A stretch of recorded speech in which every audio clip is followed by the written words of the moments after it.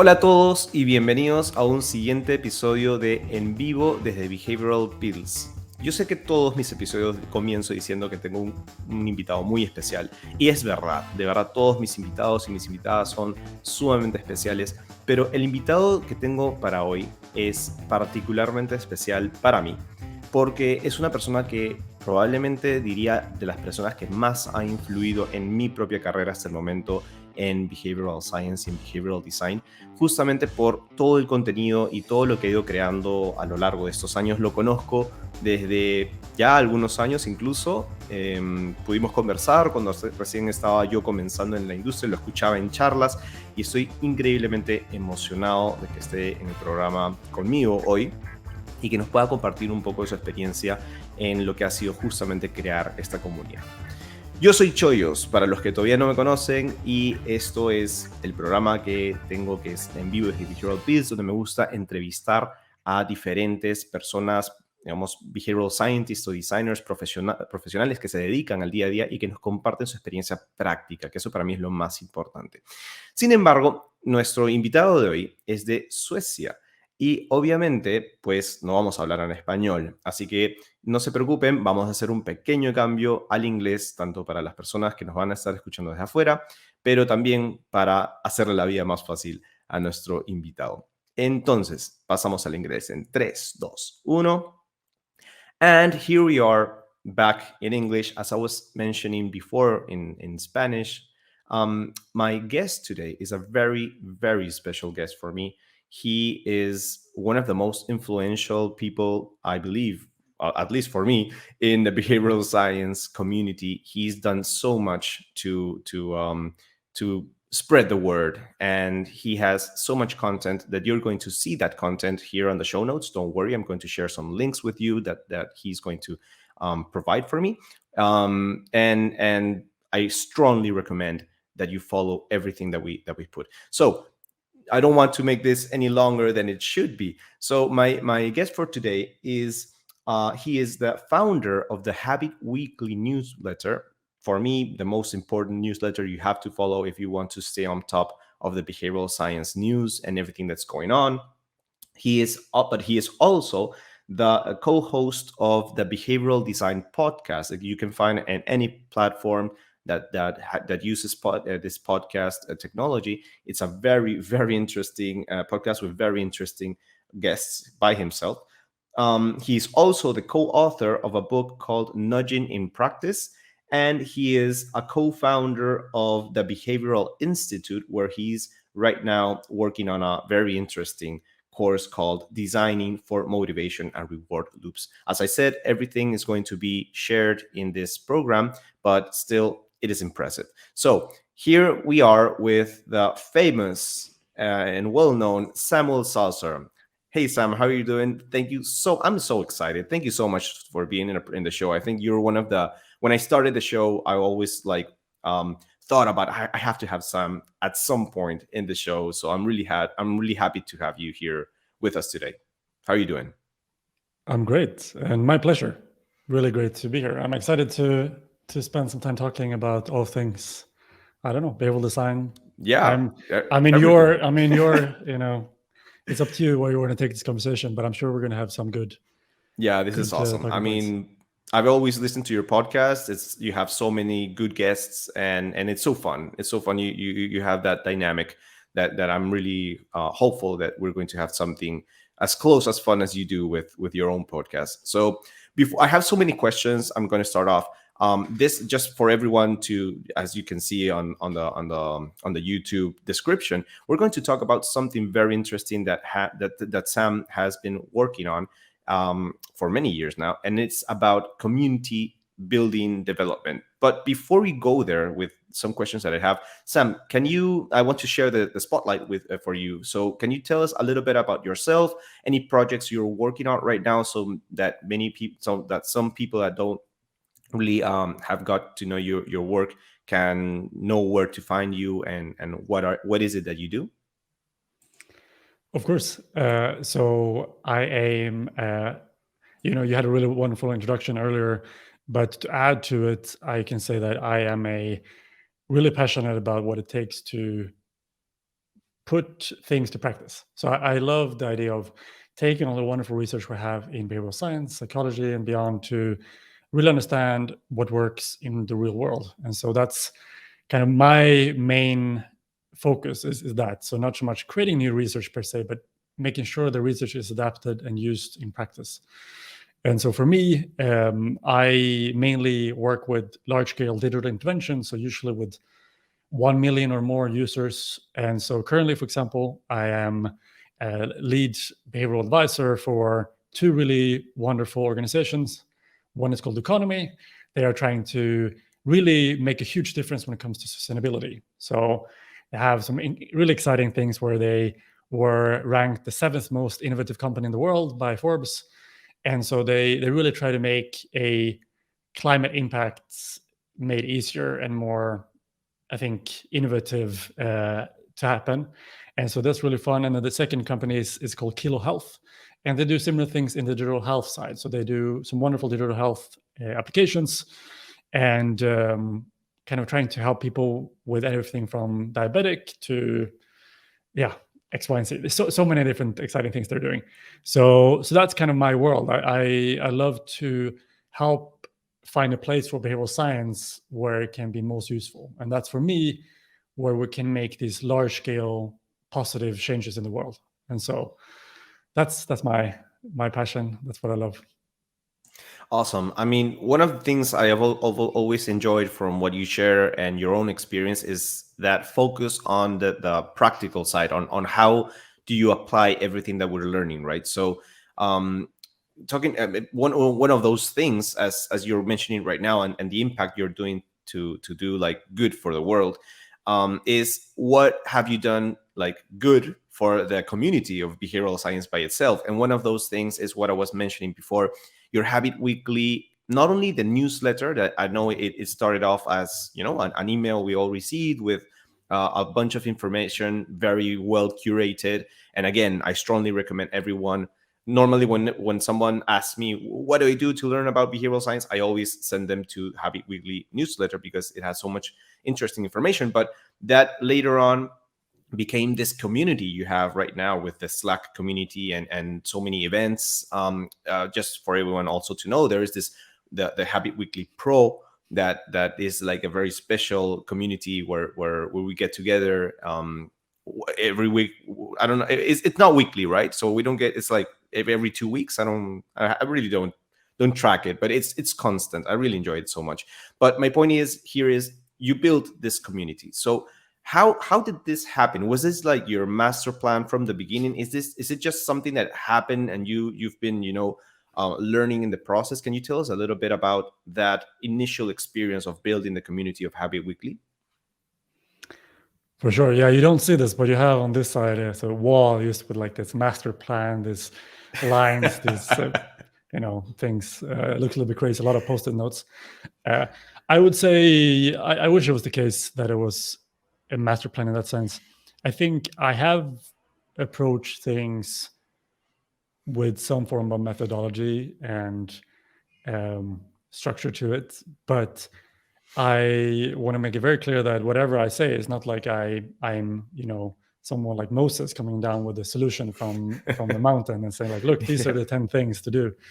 I'm very much as blind as anyone else, and I think the metaphor of these blind men walking down a road where they stumble upon something and then one person says, oh, I found a rope, and the second person says, oh, I found a tree, and then the third person says, oh, a snake.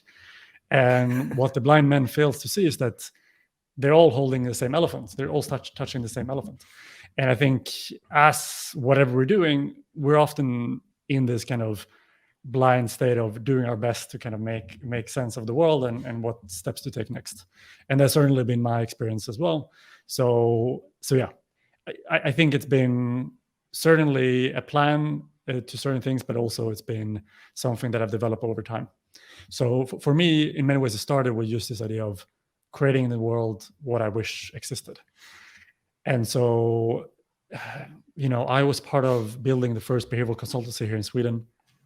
And I was just hungering for insights on like what works, like how can I make a difference in my work? How can I, both create a better impacts in the projects I'm working on, but also maybe learn how I can, run the projects better, how to apply behavioral science in practice better, all these things.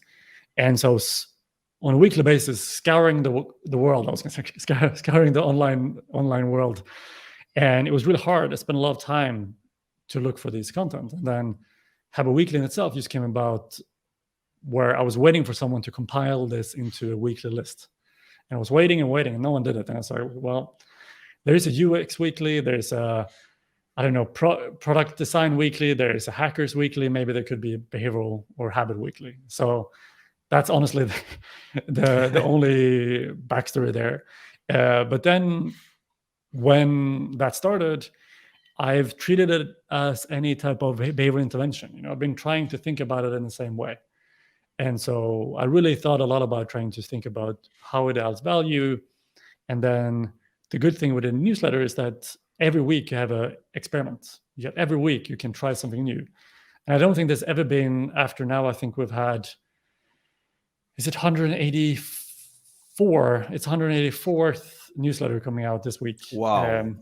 Oh my God, it's been so fast. I can't believe it myself. But over those, we have kind of made 183 incremental improvements, hopefully. Yeah. And so if you look at the first one, there's a big difference to the one you see now. And so that's probably the biggest takeaway, is that I rarely separate a behavioral intervention from something I only do with a certain project, for example, at my work. I think about it in all aspects. I think about all of these things that I do as some form of fun behavioral intervention. And that is, yeah. No, that is awesome. I mean, that what you just mentioned is so important, because many people, when not even only practitioners, but also that people that are interested in general in behavioral science, behavioral design, they're asking like, how can I apply behavioral science or design to my day-to-day? And many people think that you have to be a scientist, or that you have to be like a behavioral scientist to do behavioral science. But what you're telling us right now, and I completely agree, is that basically you're using your knowledge for this, let's say, job. It's not, I don't know if you consider it a job, but for this it's product. Yeah, exactly. That's maybe it should be called a job, because maybe we don't associate job with passion normally, but it is. Yeah. But my point here is like, you basically built a product. I mean, you basically analyzed. I remember when we spoke like some years ago, and you were thinking about like, what is it that young practitioners, and not young by age, but young in experience, want or need in a community that already had, events, and already had, big names and stuff like that. But you found a need. You found on something that people wanted or needed, that was curated information, like weekly, like you mentioned, and it grew so much, not because of investment, not because you had a lot of money to put in, and whatever that big companies think, that if you just shower with money a product is going to sell.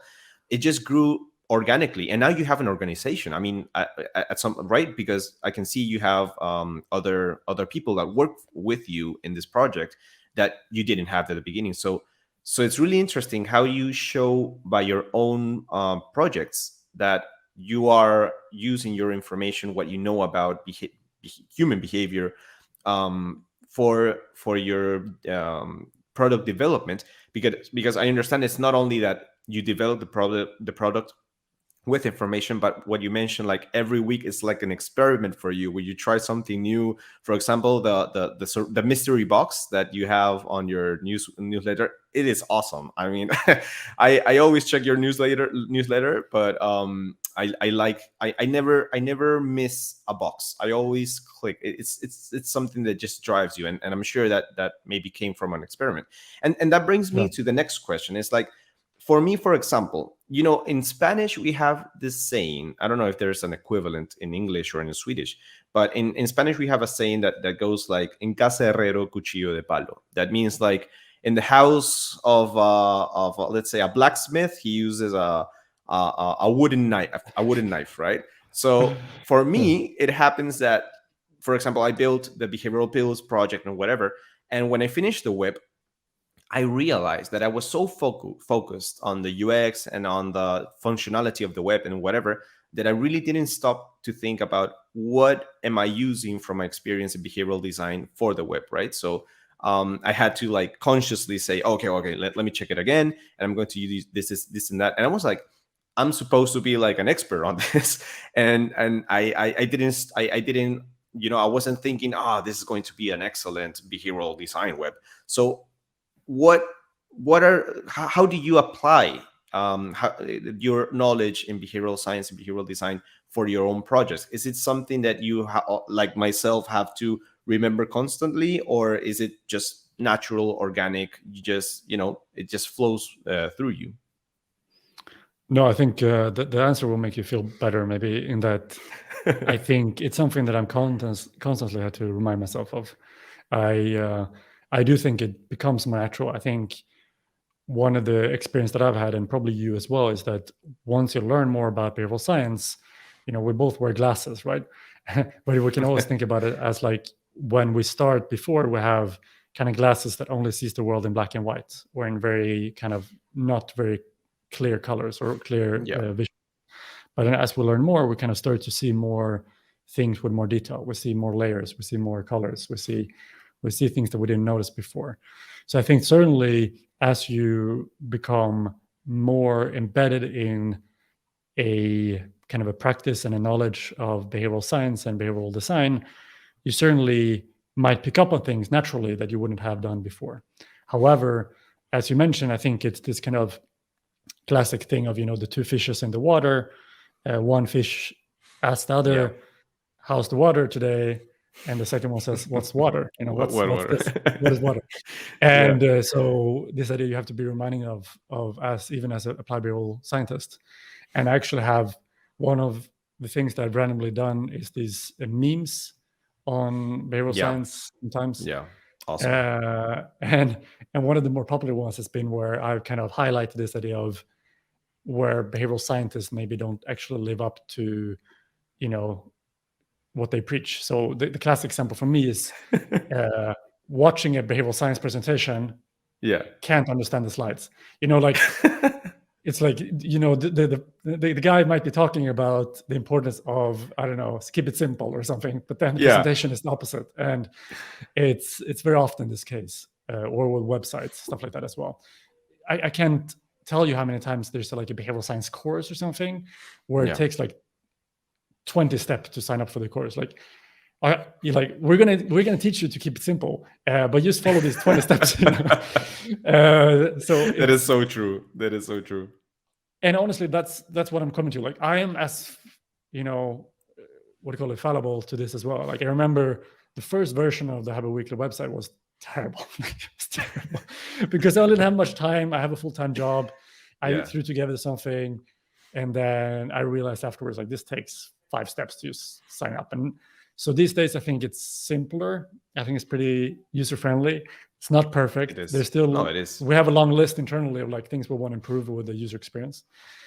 But yeah, certainly I think it's something you have to remind yourself of, and have people who kind of hold you accountable and bring in this kind of, that you have a red team you have in programming, or when you code, you have this team of programmers coming in to screw things up, to find bugs, to find loopholes, to find ways to crash the website. And through having them, you realize what is kind of broken, what can be improved.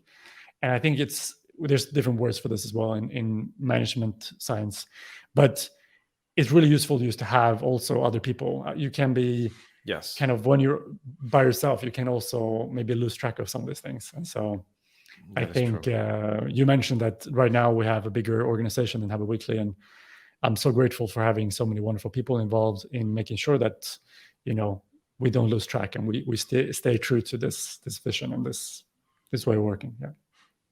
That is so true. I mean, and that's why I always try to motivate practitioners to not only read about behavioral science, inform yourself, take courses if you want, but practice it, put it in practice, because I hear you, and it makes a lot of sense to me, since I think when you have to develop something, there are so many sides that you have to take care of, right? Like, like the programming and the marketing and everything, that it is obviously easier just to look at the behavioral part of it and be a behavioral consultant and say, oh, you're not doing this and you're not doing that. But when you are in charge of everything, there are so many things that you have to take care of that it's really easy to lose track or not to notice something. So to have that person is awesome.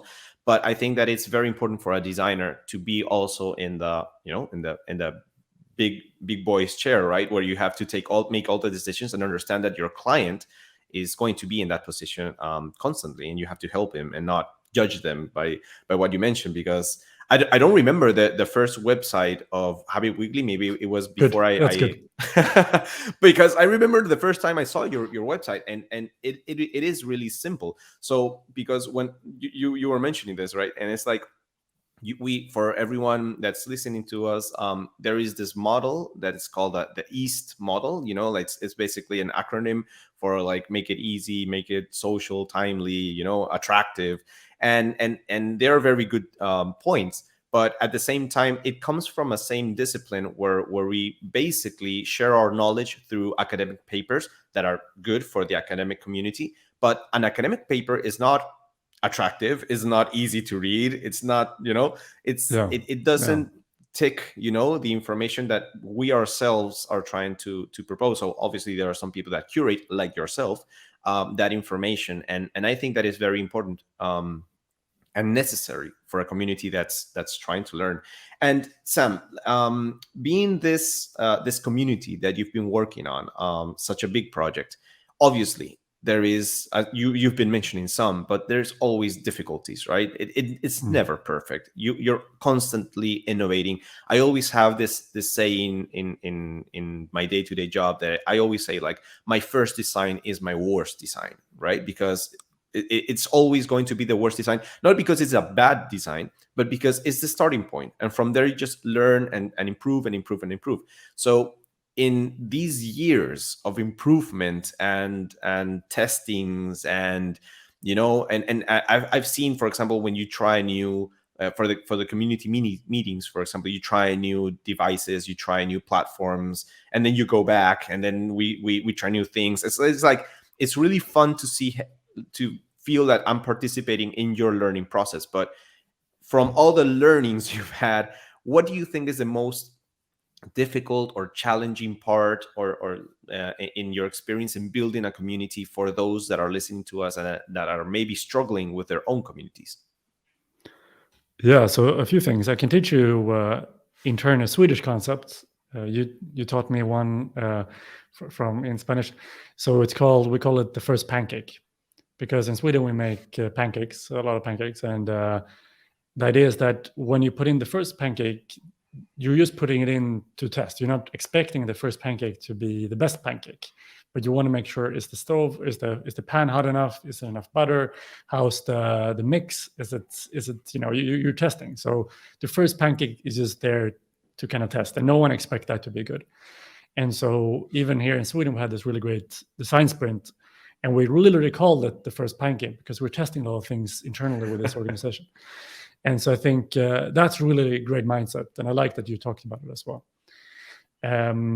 So beyond the first pancake, when you start learning and you start applying things, the second thing I would say is that, allow yourself the uncomfortable thing of changing your mind.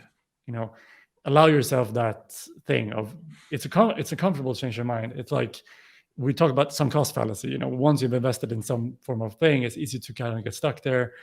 I think one thing you mentioned here is that we found this thing called butter, which is, I think, really promising. We might go back to it, but it's kind of a solution where they kind of try to blend kind of a little bit of Zoom with a little bit of Miro and some other things and so on.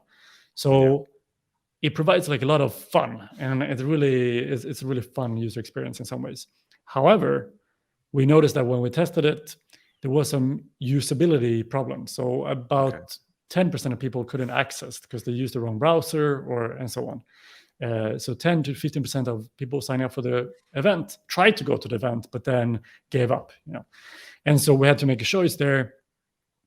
should we stick to this fun thing, or should we go back to the less fun thing that's Zoom, but that's more reliable? In this case, we decided to go back, and we decided to change our mind and go back to Zoom. So I do think it's important to maintain this idea that, whatever happens, we have to be open to changing our mind. And whatever we do, the most dangerous thing is to kind of get too invested in a solution that might not work, and you force that solution, and then you're like, get lost along the way. So change your mind. Allow yourself the uncomfortable luxury of changing your mind. It's a good thing to remember. And then maybe like as a speed thing, let me speed through the journey of Habit Weekly and give you some lessons along the way. First thing, again, started with creating in the world what I wish existed. I felt the need. I felt that if not now, then when? If not who, then me. That's kind of classic thing. Maybe I should use to create this. But I didn't like invest a lot of money or a lot of time. I literally just thought about this, and then, okay, I'm going to just make this a LinkedIn post once a week. So once a week, first week I call it like behavioral insights of the week. And then I had some links, and that was it. It took me 5 minutes, right? And then I did this for 1 week. People liked, maybe 20 people liked it, not a crazy amount of people, but it's like, okay, it wasn't no people. It's like 20 people. Okay, maybe I'll do it for another week. And then I thought, okay, maybe I should call it something. So I, Googled. I wanted to call it Weekly Habits because I work a lot with habits. But then I Googled and I noticed that was already taken. The domain was taken. But if I swapped it around, that domain was free. And so, well, maybe I can call it Habit Weekly. It's good enough. I'll change this later or something. And then the next week I had the same LinkedIn post, but it was called Habit Weekly, Best Behavioral Insights of the Week. And then I did it again and again and again. And I think after 5 or 6 times, someone commented, I love this. Can you send this as an email instead? And then week again afterwards, people was like, okay, please make this an email. And I was like, okay, it seems to be getting traction on LinkedIn. People are asking for an email. Maybe I can just copy and paste it into MailChimp. And that's it. I pretty much just copy, paste it, mail the mailing list, and then, did it like that. And so that was those steps. And then when I started as a newsletter, I had this important step where I try to also remind myself that everything worthwhile will take some time, right? The story of instant success is just that. It's just a story. Yeah. It's just a fantasy, right? And so I was like, okay, I'm going to make a commitment. I'm going to do this for 1 year. And then after 1 year, I can reevaluate. I can say, was it fun? Did it gain traction? Did it create value? All of these things. But I'm not going to quit after 2 weeks. I'm going to do it for 1 year. That's my commitment. And so that's all I set out to do. And interestingly, I put it into newsletter. I sent it out. After the first, 5-6 months, maybe had like 200, 300 people on the mailing list. Not bad, but it wasn't like it blew up or anything. But then something happened after 6 months. And then from the 6 months to the 7 months, it went from like 300 to 600. And then it went to 1,000. And then by the end of the year, I had like 3,000, on the thing. So it went from 300 in the first 6 months and then 3,000 in the first 12 months, so like it's 10x the second quarter or second half of the year. And so it was interesting, just that idea of like, what if I had quit after 6 months? Yeah. What if I thought that, okay, this just 300 people, I should just give up, So I think there's something to it, of just setting a commitment there where you kind of allow that product market fit to be found, allow those experiments to actually gain value and learn what works and doesn't work, and also kind of by yourself, like, notice by what people correspond to and click on and all of these things to kind of change things up. So that's another lesson. And then maybe the final lesson, I can add more lessons to this, but after things started to happen, after the first year, the big lesson was something actually that I read this morning, because I bought this book for my niece, which is the Boy, the Mole, the Fox, and the Horse. It's a really wonderful book. And it's this really wonderful little book. And the boy asks this horse, what's the bravest thing you've ever done in your life? And the horse says, ask for help. And I think that's such a beautiful thing, such a beautiful lesson, and something that I can so kind of, what do you call it, highlight or underline. It's like we often want to do things ourselves, and it can be very, a lot of reasons why we won't ask for help. We don't want to look foolish. We think we might be able to do it better ourselves, or we don't know where to ask or who to ask, and all these things, right? So there's some friction to ask for help. But I would have never, ever, ever gone to this point of Have a Weekly today without the amazing people that are, part of the team now and has been a part of the team so far. It's been such a blessing to have people, and it's been, so much better. You mentioned the surprise box. That was not my idea. We have a weekly part to our weekly meeting called Pitch Time, where someone can pitch things. And Awesome. It's a really fun thing. It's really fun, kind of, every week we have to spend 10 minutes where people just have to pitch things. It can be bad ideas, it can be silly ideas, but they have to pitch things. And then Paul, who's a wonderful illustrator, and really a lot of the visuals are thanks to Paul Jürgens. He said, well, what if we do this surprise box?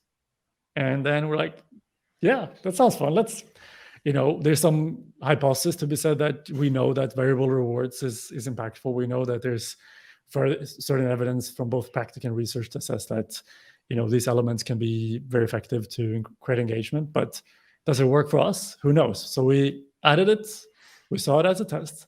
And then, we noticed that after having it for 4 weeks, even though it's at the end of the newsletter, it's always the top 3 clicked things. It's always the top 3 clicked things. It is. And it's funny. We obviously include a lot of different things. Sometimes we have a random clip of something. Sometimes we have a resource. Sometimes a book. It can be like we try to keep it surprising. It is random. It's awesome. Yeah. Yeah. So that's my end of my rant. But I think it's really valuable to then, I wouldn't have had that unless it was for, having a wonderful team of people contributing with their ideas and so on. But before you continue, can I just ask quickly, what's been your favorite surprise? Do you remember any surprise that's been extra surprising or fun? Yeah. Don't want to put you on the spot.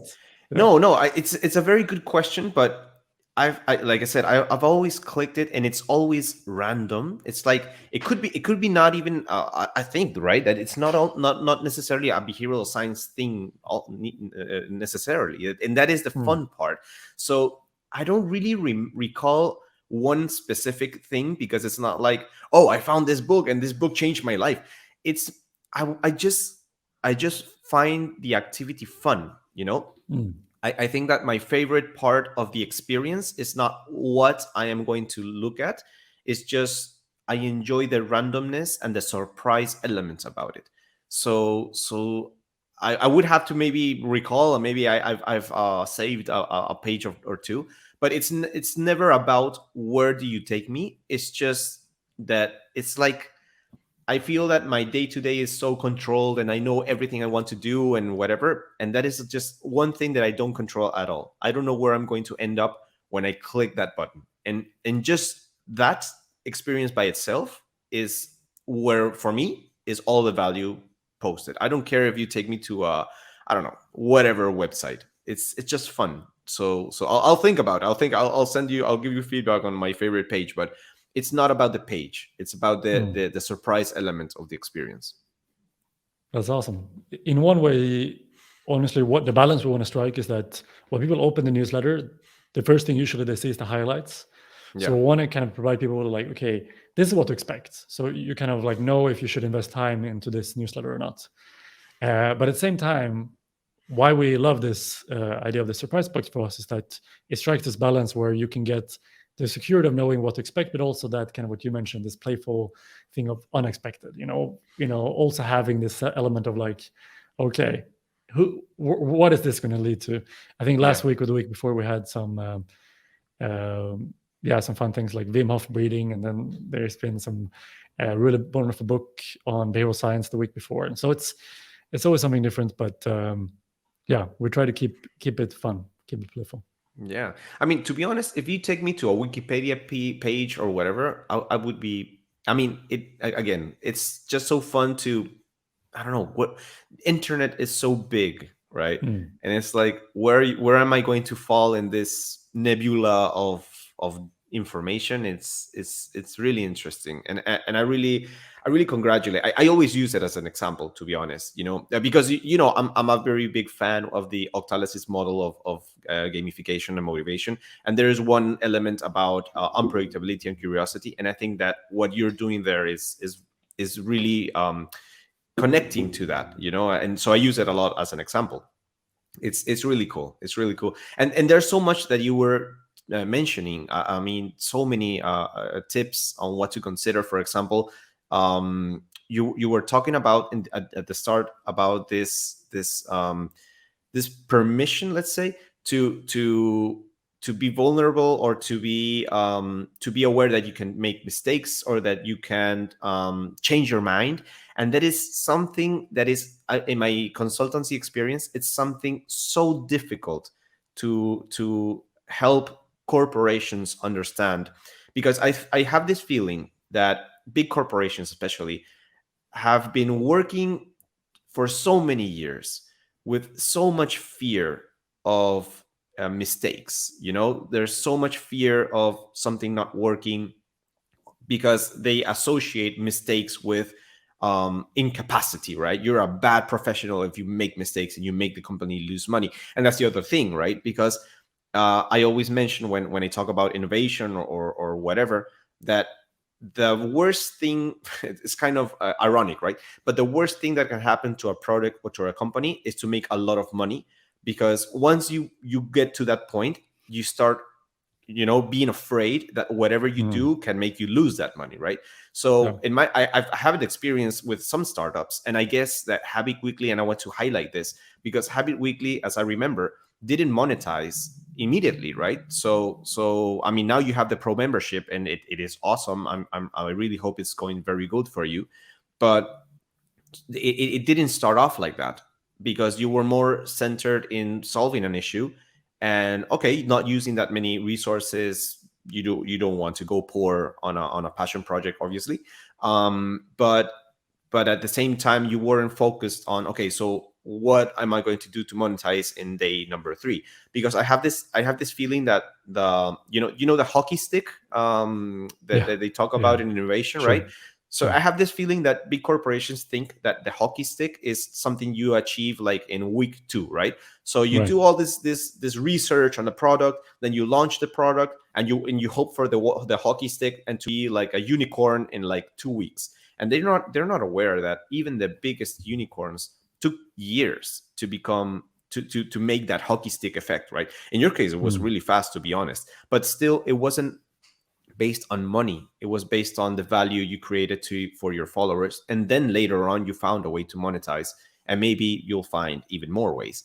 But I think it's very important what you're mentioning, because that that it's like a chip you have to have implanted, that you have to be able to change your mind, and to change paths during that experience. And I really wanted to highlight that. It's really, I mean, it's really interesting. We could talk so much. I would have so many questions about that day to day, but I think that even in a community building experience, um, when you have so many people waiting for your content and whatever, and maybe so many expectations to be met, you're still keeping that sense of, all right, I can be mistaken. I'll try this, and if it doesn't work, I'll not use it anymore. And many people think that once you do something, there's no way to go back, and that is not true, right? I mean, there is a way to go back, as long as you're still like um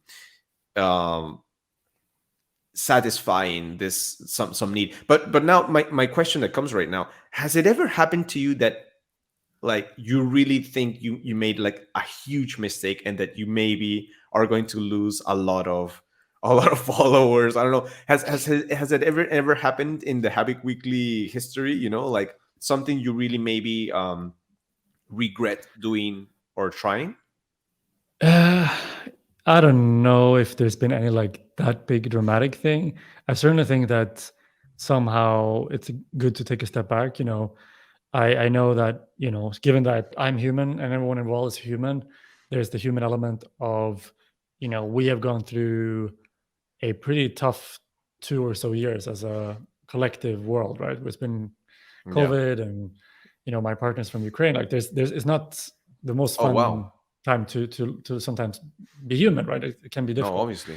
and Wow. so when you have moments where maybe you think, okay, I owe people this newsletter every week. I need to provide this. Um, Sometimes I had to take a step back and realize, well, like, we don't really need to always produce every single week the same quality or like the same thing. And I think it's like this thing of taking a step back and realizing, okay, if I send this one day later than usual, the Yeah. world is going to go on. Like, no one is going to really notice that much. Like, however good newsletter is, it's going to be okay. Like, people are going to understand. And so I think it's been more of it has been just being kind to myself and also kind to the Hmm. team of like, okay, it's better for us as a team to take care of ourselves and our mental and physical health rather than trying to force something. I think Yeah.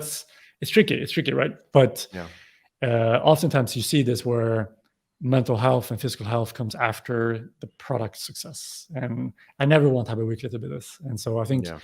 the most important thing has been to be like, okay, are we going to be one day later than usual? So be it. It's going to be okay. And two quick things on what you mentioned before. Firstly, when it comes to monetization, one of the things we still haven't really done is push it very, very hard. I think we're still in this state of early stage in how we think about the Have a Weekly Pro, where we still feel like we're still finding like how it perfectly fits into the world of providing value. And so there's still a lot of people that I'm sure that are subscribers to Have a Weekly has never heard of Have a Weekly Pro because we haven't really pushed it that hard. And so we only want it to be like something that you stumble upon if you really, want to do it. There's some mentioning it right at the start when you sign up, but afterwards you really don't really get too much push to sign up. And I think that's because we're still kind of humble to that fact. And then secondly, into the idea of being afraid of innovation and kind of losing something.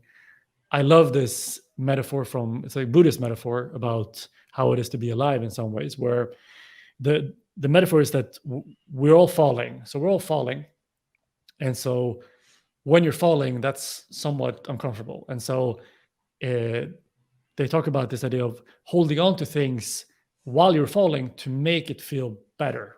So you hold on to these things that make it feel like you're more safe, but you're still falling. You're just holding on to things to make it feel better. And the goal would be to let go and just embrace the fall, like just accept that this is uncomfortable, that this is scary, that this is all of these things. And I feel like innovation in many ways, also for organizations and big organizations, is similarly like we can pretend that things are okay by holding on to things too hard. And, it might make it feel like we're not falling, but we're still falling. And so it's just kind of embracing this idea of, okay, it's going to be scary. There's going to be moments where we're, having to do uncomfortable things like changing our mind or taking a step back or admitting fault or admitting a mistake, for example. And anything else is just a false sense of security. So that's something I actually remind myself quite often as well. Yeah. That is so true and really inspiring. I mean, thank you for sharing that because in my own experience as a consultant, I tend to come across with some clients that when they ask me to do a project and they ask me to give them like a very specific like day-to-day activity based plan of how am I going to do this. And in my case, I have like I think I'm at that point where I could embrace the idea that I have no idea how I'm going to do this. I just know I am going to do it. I mean, I have the enough experience or whatever or confidence, I guess, to know that at some way I'm going to land this right. Just don't ask me exactly how I'm going to do this because the design process, for example, this interview as itself, I have so many other questions that I would love to ask you, but I said, I mean, I can't plan this interview. It's Sam Salzer. This could go anywhere, and there's so much information that you can provide us. But it's ending up like, for me, I'm super satisfied with what we're talking about, even though it didn't go with all the questions I planned. So again, it's going to be good. I just don't know exactly how. So I feel like the corporations with, strategy design and whatever, I've never worked in a project or in a corporation where any strategy ended up being like we planned it at the beginning. And I think that is fine. I just think that connects with what you're saying. Like, I mean, have a plan. That's obviously important, but embrace the fall. Like what you were mentioning, you're still going to fall with a plan, with a strategy plan or not. You're still falling, right? Yeah. That is so Yeah. interesting. I can add one more thing there as well, because Yeah, I was sure, fortunate please. to meet or spend time with a fellow behavioral scientist, Elizabeth Kim, who was visiting Stockholm. She works at been at Spotify as behavioral scientist at Spotify, and we had a lot of conversations. And one thing that I think she said that I thought was really wonderful was the idea of, she actually ran for New York Senate, so to be a politician in New York, which is it's a pretty scary thing. Talking about scary things to do, it's a pretty scary thing. And one of the things that she said that I think can be applied as an individual in this scenario. We talk about organization, but also as an individual, many people listening here might feel like they are, wanting to become something that they're not. They're wanting to become a behavioral scientist or a behavioral designer or X, Y, and Z, right? And she said this thing of like, we don't always get like obviously gonna be ready for a lot of things, but we have to in some ways trust in that when we get to a certain moment that there's going to be a need to kind of show ourselves ready there. We can't really, in terms of like, I asked her like, why did you choose to be a politician and step into this without much experience and so on? And certainly you can take them in the past. Like obviously they could be wise to sometimes garner experience and so on, but at the same time you can only wait so long, and at some point you have to just take a step with that belief that you will have to, whatever you'll have as skills will be skills that are going to be shown there. You're not going to know always what's going to be required until you actually stand there, until you actually do it. And so, as you're mentioning, in terms of an interview, for example, you could plan an interview for a million years, and you can think you have planned for the perfect interview, but you won't know until you actually do the interview. That's when you have to kind of, figure it out of like, okay, what is actually required in this setting? Like, and then you learn a lot about yourself, you learn about the process and all the things, and then you can improve. But until you actually do it, I think that is when you will kind of uncover what is needed. And if you have kind of what it takes in that moment or what you might be missing and improve on that. So I think in terms of being a good applied behavioral scientist, the scary thing is oftentimes it takes that, you have to run the experiment. You can't plan experiment forever. You have to run it. You have to exactly do it, because otherwise it's not going to be anything you learn from it. Yeah.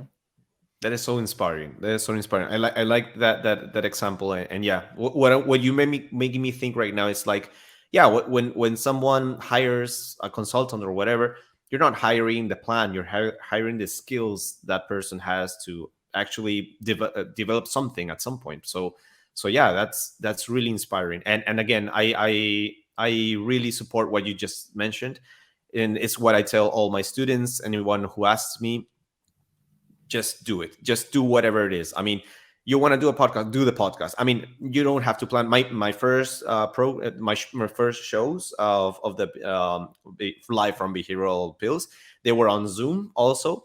And a very funny anecdote is that I have an interview with Jose Arellano. He's one of my colleagues, and he's a very brilliant guy. The interview was beautiful. His his connection was perfect. My connection was terrible. I mean, if you see the original video, you cannot understand anything I am saying because my connection was terrible. But the good thing was that since Zoom punched, he showed the face who was talking, I had the opportunity. You know what I had to do?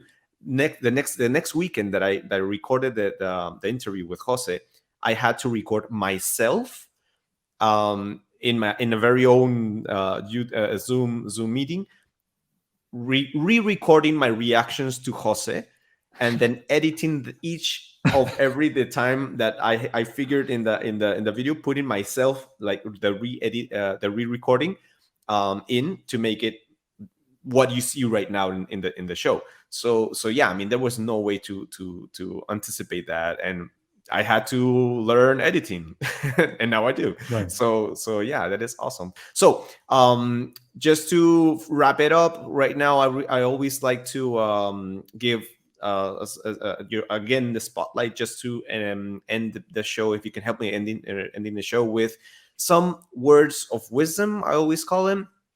It's just basically, can you give us a little bit of final ideas or whatever it is you would like to share with people that might be listening to us in terms of whatever it is you can find interesting or important. So here you go with the spotlight, some seconds, and then we'll wrap it up. Okay. Yeah, well, there's this a little bit insider joke of behavioral science becomes BS, and then behavioral economics become BE, like B. And so I have some principles that I try to remind myself of that starts with BE. So I'll try to remember some of these. One is be curious. So one of the big parts of being curious is to learn to ask better questions by asking bad questions. The only way to get to asking the really important question is to ask a lot of other questions, and always consider that there might be things that you still don't know. So be curious, one thing. Maybe be humble as well. So embrace your humility. That we talked about this idea of allowing yourself the uncomfortable luxury of changing your mind. That comes back to being humble, to that same thing that you might not know everything. Maybe also coming back to what we talked about, third thing, be generous. And so I think I do my best. I really try to be generous. And I think it applies to both time and resources, with giving credit, and especially with words. It's so much easier to be a critic than a celebrator. I am sometimes obviously a critic, but I really try to see the person behind everything that's being done and created. And I think there's always someone who's trying to do their best. So I try to be kind. And I think as well, when it comes to being generous, when we give our time, when we give our words, we can also then find a way to have people with us on this long journey, because it's a long journey, our life, our career, and to nurture our relationships comes from, I think, being generous, being supportive and so on. And maybe last thing I'll say, think about last B. Okay. Be different. Maybe that's the last thing I'll say. So be different. So embrace what makes you unique and search for, I love this phrase of like searching for what makes your heart sing, because even in the niche of behavioral design, for example, there's so many niches. There's so many ways of thinking about where it can be applied, how it can be applied, in what part of the process to apply it. And so if you can find where really you find the most fun and value and so on, I think that can be a really beautiful thing. And I think a lot of it comes from embracing how you're different, embracing how you're unique in some obscure or strange way. And so, yeah, maybe that's the last thing I'll say. Awesome. Very, very wise words. And thank you, Sam. I like the wordplay with the B. So yeah, I mean, that's really inspiring for everyone. So thanks again, Sam, for being with us in the show. It's been so much fun. I've enjoyed every single minute of our conversation. So thanks again, and I really hope that everything goes very well with the Habit Weekly community. Just for everyone to remember, there is the Habit Weekly newsletter. I'm going to share you can find the link in the show notes. and consider, obviously, to analyze the idea of being part of the pro community. To be honest, I've been there more than a year, I think, by now, and it's really good. It's really good. We have so much extra information from what you get from the newsletter, but especially the connections. The meetings are really good. We're actually going to have a very interesting meeting this next week. We're going to talk about the BJ Fogg model, right, Sam? So you don't want to miss that. I mean, Sam has very interesting guests. We talk about different things, but you get to meet the community and expand your networking. So it's really good. I really recommend the pro community. So there you go. Thanks, Sam. I hope you have a wonderful weekend, and enjoy everything that you're working on. And thanks again for all your hard work. My pleasure. And I can say the same thing to you. I think you're doing wonderful things, and I'm really excited to see what, behavioral pills, what's going to happen next. It's going to be exciting to follow. So kudos to you. Thanks, man. Yeah, let's see what happens also. Okay, there we go. So that's been our show. I'm going to switch back to Spanish for my Spanish-speaking community. Y aquí estamos de vuelta en español. He disfrutado muchísimo este programa, de verdad. Ha sido una experiencia increíble. Sam es ya lo han visto, es un tipazo, y de verdad que búsquenlo, contáctenlo, búsquenlo en LinkedIn, sigan su programa en el podcast. De verdad tiene mucha información que compartirnos. Y la verdad que el video, bueno, la entrevista se nos ha hecho más larga de lo habitual, pero vamos, o sea, creo que lo ha valido, así que no quiero hacer la despedida más larga. Mil gracias por seguirnos. No se olviden de seguir el canal. Es muy importante para mí, para saber pues cuántas personas más o menos están interesadas. Vamos creciendo, pero y compartan esas entrevistas, que de verdad me encanta que se expanda la voz y qué es lo que hacemos. Así que sin más, ya nos vemos en un siguiente episodio de En Vivo desde Behavioral Pills.